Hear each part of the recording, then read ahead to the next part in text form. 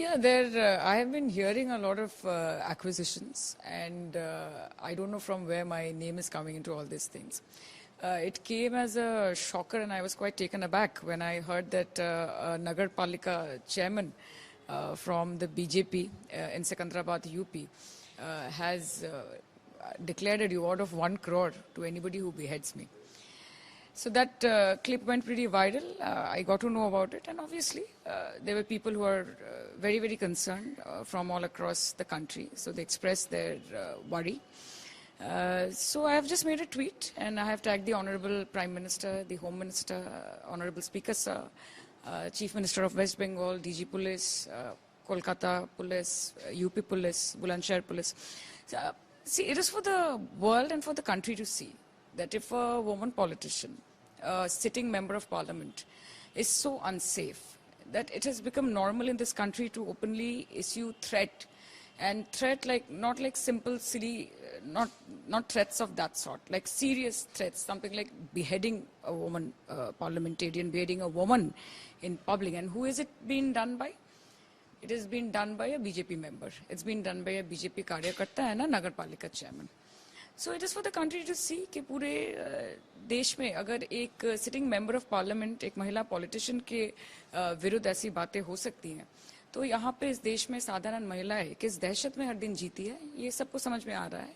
तो मैंने ट्वीट किया है, और आगे जाके एक्शन लेना या सिक्योरिटी निश्चित करना, it lies with the Honorable Prime Minister, Home Minister and the CM of West Bengal. Well, probably because I'm a voice of dissent, if it comes personally to me. And also because BJP has won Bengal newly. नए नए जीत के आए हैं, बहुत excitement है, आक्रोश भी है, और जीतने के एक्साइटेड में, उल्लास में शायद भूल जा रहे हैं कि कहीं जाके एक लाइन होती है जिस सीमा को कभी क्रॉस नहीं करना चाहिए. पर मैं ये भी बोलना चाहती हूँ कि देखिए, जीत के आए हैं और ये खुशी की बात है. लोगों को डरा के, धमका के, सबको चुप करने की कोशिश करके you are trying to bully people. आज आपने देखा है कि पोस्ट पोल वायलेंस में किस तरह हमारे कार्यकर्ताओं पे हमला किया गया है, पार्टी ऑफिस तोड़े गए हैं, किस तरह से पुलिस ने एकोमोडेट करने में या कोऑपरेट करने में भी झिझक दिखाई है आउट ऑफ एक्सटर्नल प्रेशर. तो मुंह में जो भी बोल रहे हैं उन लोग शांति का वार्ता दे रहे हैं सब कि नहीं, हम लोग we are against. But to be very honest, the BJP government and the BJP party in Bengal have failed to control their karyakartas.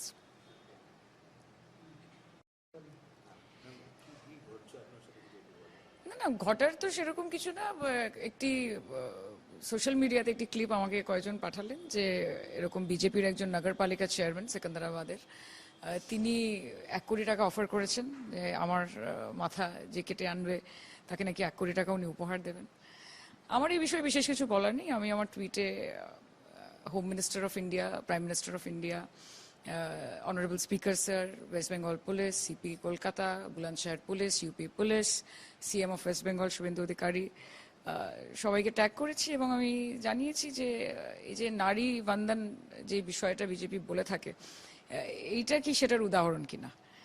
এবং আজকে একজন বিজেপি কার্যকর্তা এত ব্লেটেন্টলি, এত ওপেনলি, এরকম ভাবে প্রকাশ্যে যদি একজন মহিলাকে, একজন মহিলা সাংসদকে, একজন মহিলা রাজনীতিবিদকে এরকম থ্রেট দিতে পারেন, তাহলে ভারতবর্ষে মহিলারা কি ভরসায় থাকবে, কোন সরকারের ভরসায় থাকবে, সেটাও দেখার বিষয়. আগামী দিনে পুলিশ কি করছে সেটা পুলিশের বিষয়. নিরাপত্তা দেওয়া থেকে শুরু করে যারা এই ধরনের কথা বলে থাকে তাদের বিরুদ্ধে অ্যাকশন নেওয়াও এটা পুলিশের দায়িত্বের মধ্যে পড়ে. আমরা আমাদের কাজ করছি, আমরা আমাদের কাজ করব. This is somebody called Pradeep Dixit, is a Nagarpalika chairman of Secunderabad. তবে অবশ্য এখন আমি শুনেছি যে উনি বলছেন যে না, এটা এআই জেনারেটেড ভিডিও, ওনার এটার মধ্যে কোনো রকমের পার্টিসিপেশন নেই. তবে ভিডিওটা রয়েছে, আমরা কমপ্লেন রেজিস্টার করেছি.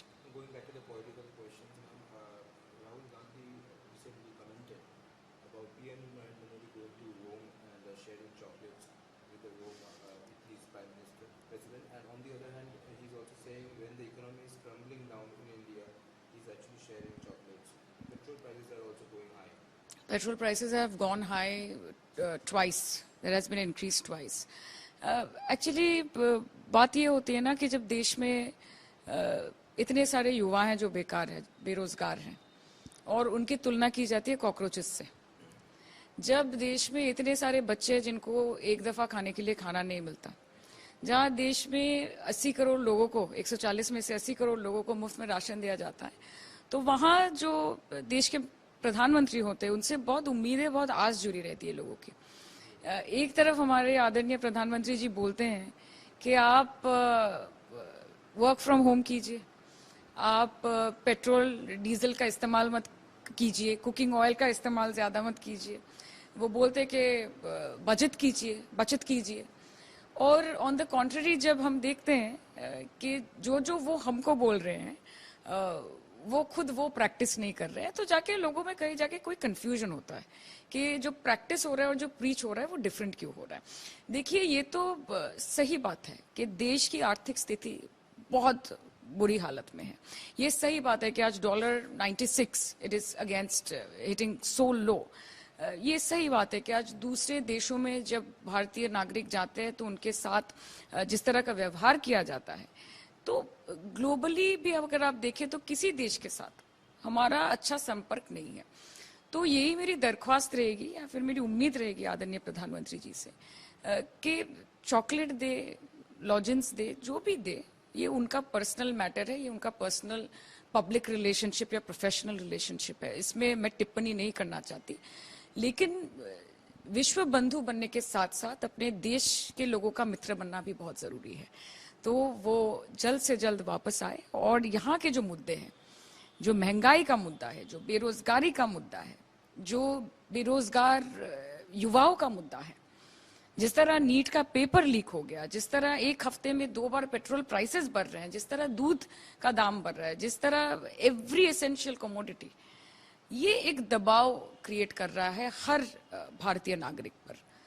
यहाँ पे धर्म की बात नहीं है, यहाँ पे जाति की बात नहीं है, यहाँ पे पॉलिटिकल एफिलिएशन की बात नहीं है। यहाँ पे भारत के लोग जिन्होंने बहुत उम्मीद लेके और आशा लेकर भारतीय जनता पार्टी को सत्ता में बिठाया था, वो अपनी बात रख पा रहे हैं कि नहीं, वो उन्होंने जो वादा किया था वो निभा पा रहे हैं कि नहीं, उस पर चर्चा होनी चाहिए।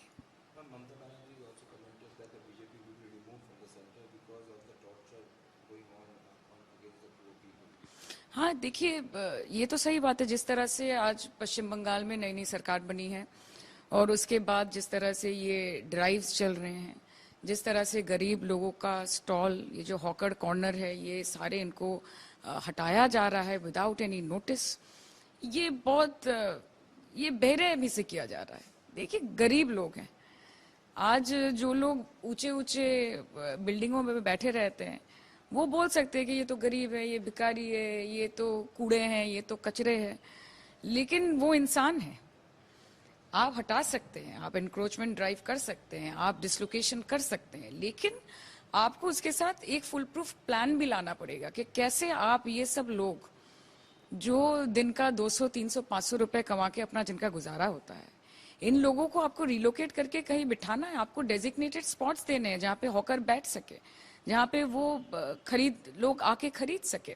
सो there has to be a balance. This is what I think. Without any notice इस तरह से हजारों की तादाद में महिलाओं को, बुजुर्गों को, लोगों को जो only earning member of the family है, इन सबको ऐसे हटाया जा रहा है रेलवे स्टेशन से, बाजारों से, बस्तियों से।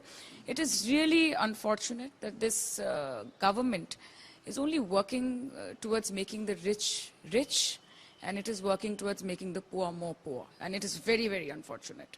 And you were talking about the notice. Recently, a notice been served to Abhishek Banerjee's house also, but the mayor wasn't aware of the notice, and the mayor is the policy maker.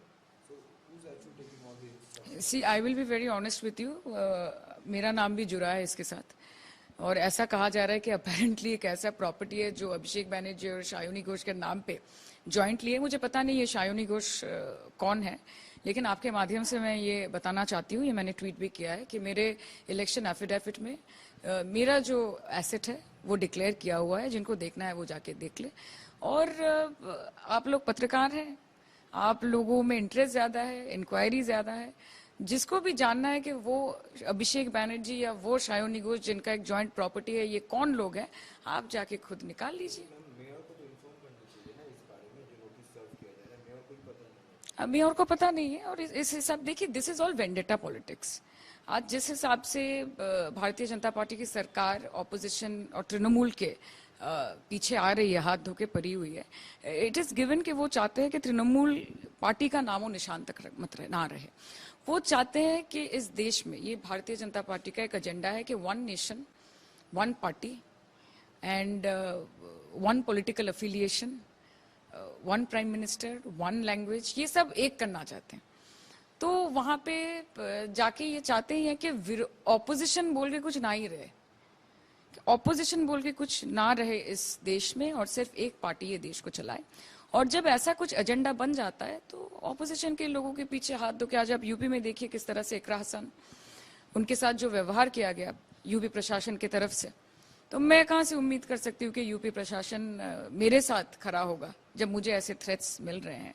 वो भी एक चुनी हुई सांसद है, विपक्ष से हैं। आप देखिए आज जिस तरह महुआ मित्रा जी को टारगेट किया जा रहा है हर चीज में, अभिषेक बैनर्जी को टारगेट किया जा रहा है, तृणमूल के हर स्तर के हर नेता को टारगेट किया जा रहा है, 2021 के मामले में अरेस्ट किया जा रहा है। हालांकि पोस्ट पोल वायलेंस 2024-26 में जो हुआ है उसकी कोई कार्रवाई नहीं हो रही है। बीजेपी कार्यकर्ताओं ने, जिन्होंने तृणमूल कांग्रेस के कार्यकर्ताओं को मारा पीटा, तृणमूल कांग्रेस के ऑफिसों को तोड़ा, उनके विरुद्ध कोई कार्रवाई नहीं हो रही है। 2021 में किस तृणमूल नेता ने क्या किया था, ये सब कह के हमारे कार्यकर्ताओं को, हमारी लीडरशिप को वो डिटेन कर रहे हैं। तो लड़ाई जारी रहेगी, ये नया कुछ पैतरा है नहीं। हमने देखा है किस तरह से विपक्ष को चुप कराने का काम ये भारतीय जनता पार्टी करती है। हम लोगों के साथ है, लोगों के आशीर्वाद से जीत के यहाँ तक आए हैं और आगे उन्हीं के मुद्दों के लेके लड़ेंगे। See, I think it is Jahangir's own decision, और ये पार्टी ने भी अपना स्टांस क्लियर किया है कि पार्टी के साथ इसकी कोई कंसल्टेंसी नहीं हुई थी।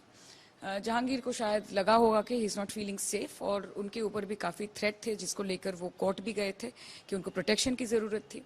और अगर ये इलेक्शन होता भी तो ये फ्री और फेयर इलेक्शन तो होता नहीं। तो मुझे लगता है ये सब सोच के व्यक्तिगत तौर से उन्होंने ये डिसीजन लिया है, वो सबसे अच्छा बोल पाएंगे।